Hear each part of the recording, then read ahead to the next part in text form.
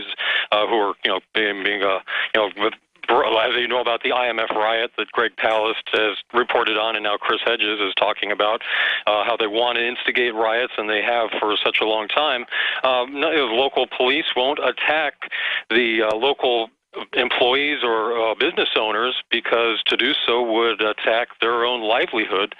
And so if we can promote these alternatives to the Federal Reserve note, then we can earn ourselves more time to speak with others, to agree with others, which means cooperating and becoming more civically involved.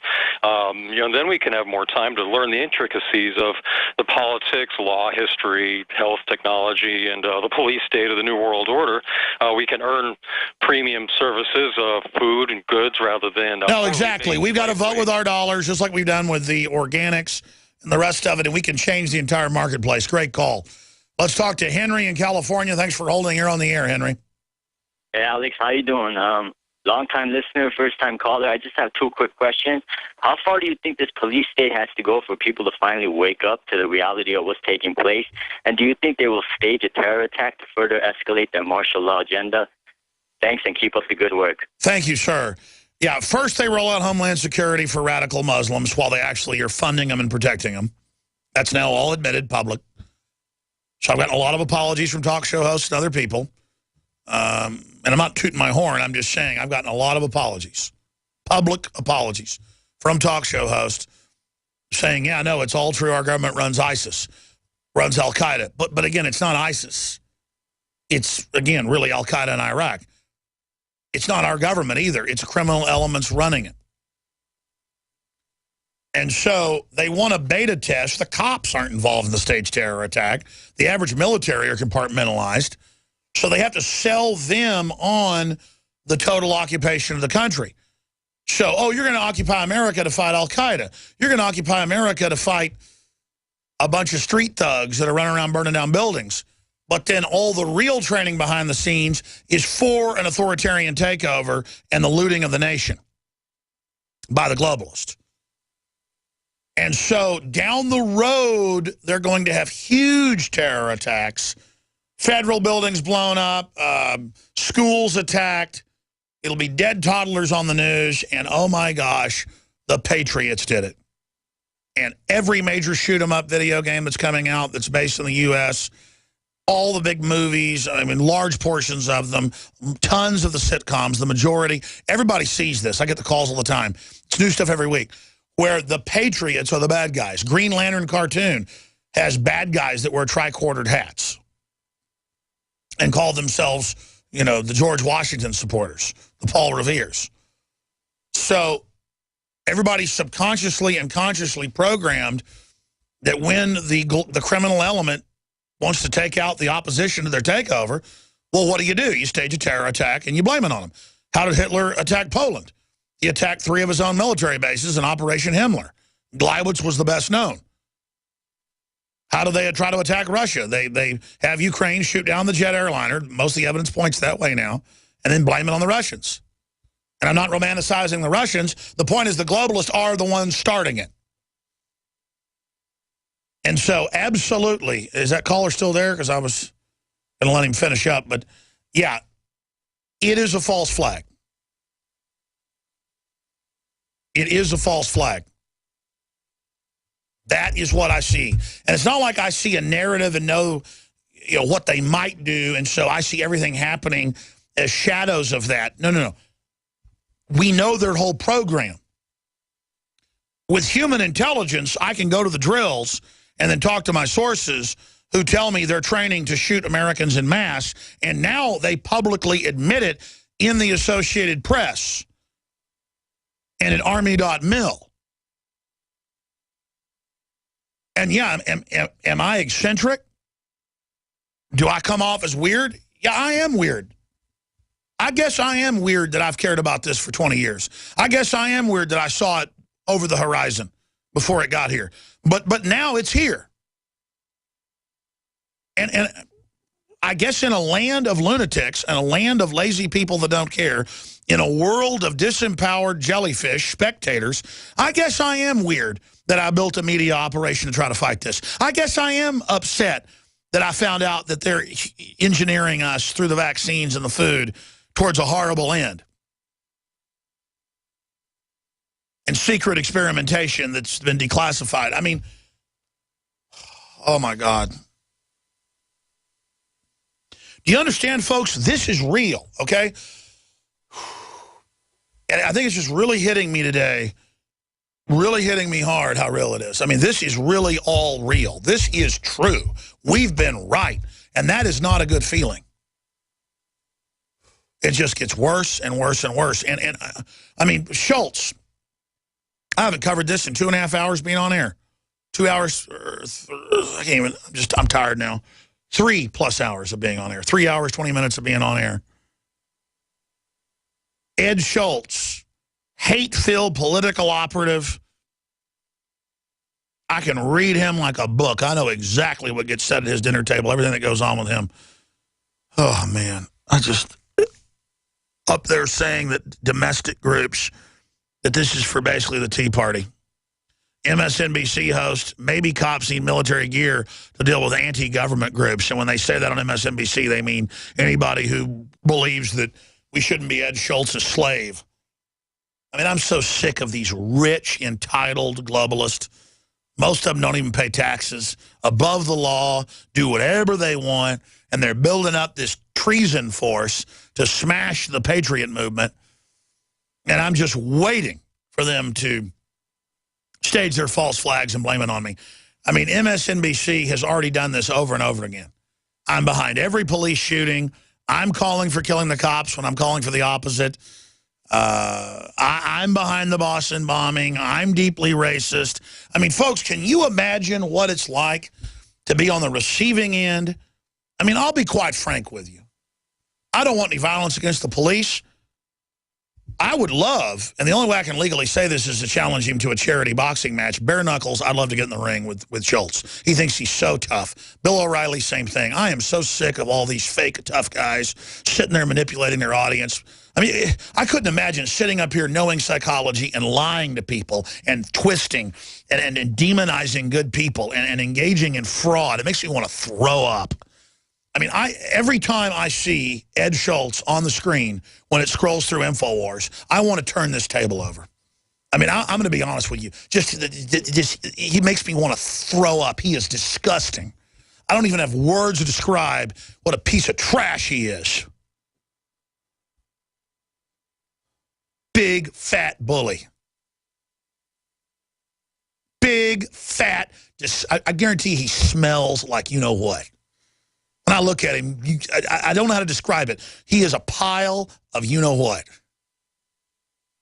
See, and I shouldn't even be doing radio on this man. I think I'm going to take off tomorrow. I think I'm going to have David Knight come in here. Because I mean, this is not an act, folks. And then I get up here and it's like I'm trapped on air. And there's all this stuff to cover. And I don't want to talk about myself. I just cannot imagine how people put up with any of this. The enemy of this country is people like Rachel Maddow and Ed Schultz. The enemy is people like Obama and the social engineers that know everything I know and more, but they decide to screw over humanity. They know Obamacare's got death panels in it. They know that they got our military on death panels and do not treat, do not give care to veterans with skin cancer and stuff. These people are predators. And the police and military will not wake up to that and will not get angry about that and will not recognize that the Patriot movement's about to be set up by these sacks of crap. Then you all deserve what's going to happen.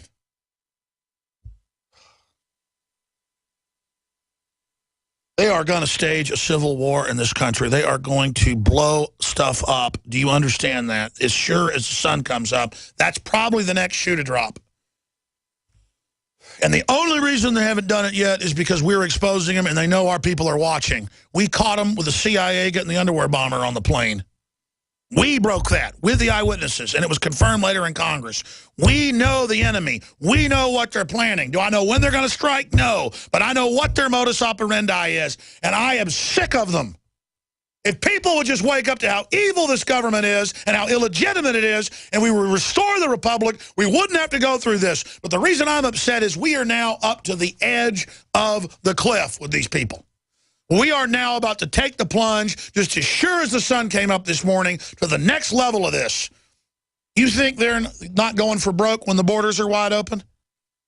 When they're publicly funding al-Qaeda to run around and murder every Christian they can find? They're going on all cylinders. They're going to launch everything. They're launching everything right now. In the scale of time, the next year, the next 2 years is like a blink of an eye in the scale of humanity. And I'm telling you, right now is the war. Right now is the enemy coming over the gates. Right now, this is it, people. Chuck in Ohio, thanks for holding. Go ahead. Yes, Alex, if I get one thing right on this call, I just want to say I'm proud to be crazy like Alex Jones. I wish you'd, on lighter days, I wish you'd play that song a little more. Thank you. You're a sweetheart. Go ahead.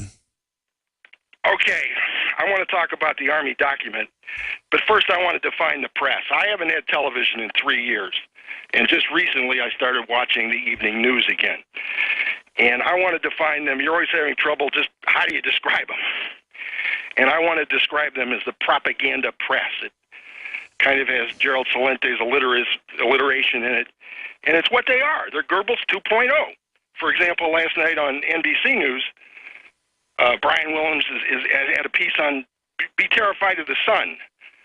And of course, the sun creates vitamin D, which prevents cancer, but be terrified of the sun because you might get cancer. Meanwhile, Brian Williams looks like he lives in a tanning bed. Exactly right.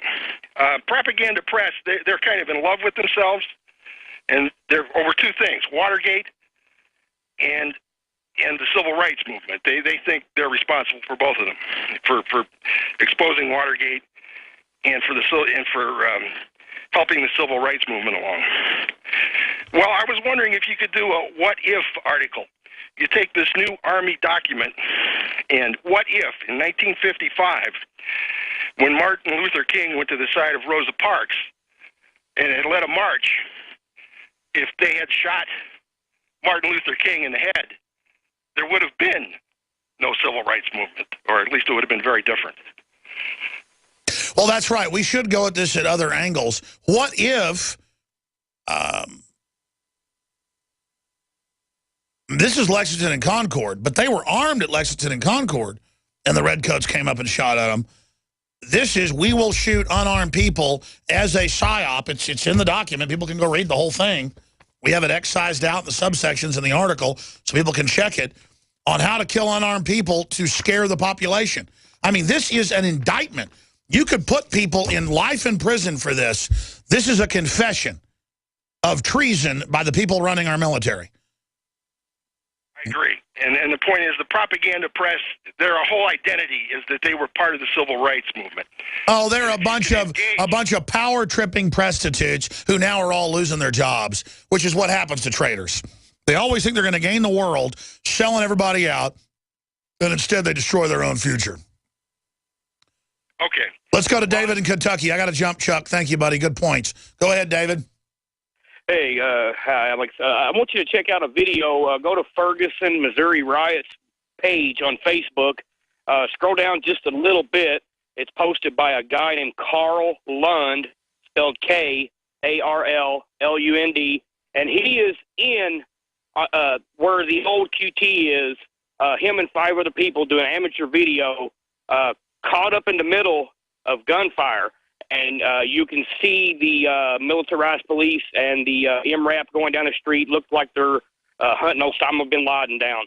And these bullets actually fly by these kids, these young kids filming. You can hear the pew, pew, pew. You can just hear it. So go check. So they're not rubber bullets? They're lead bullets? Real. You could hear the gunshots. And the police, it's a 2-minute 38 video. Then the police turn around, tell them to get the F out of there. And he says, where, which way to run? The guy filming, the Carl Lund. Well, no, our reporters have been there. Somebody is shooting at the police, which is just this. I'm telling you, this is going bad really fast. Yeah, there it is. Shots fired during Ferguson protest. And we'll post that video to Infowars.com. I was aware of that, but I'm glad you brought that up. I'm sorry to the other callers. We've got Iraq vets calling in. We got folks want to talk about Ferguson. But I've done 3.5 hours. I'm too exhausted to go anymore. We'll be back live tomorrow, 11 a.m. Central, Lord willing. Nightly news tonight, 7 o'clock Central. We'll have extensive coverage, prisonplanet.tv. We're on the march.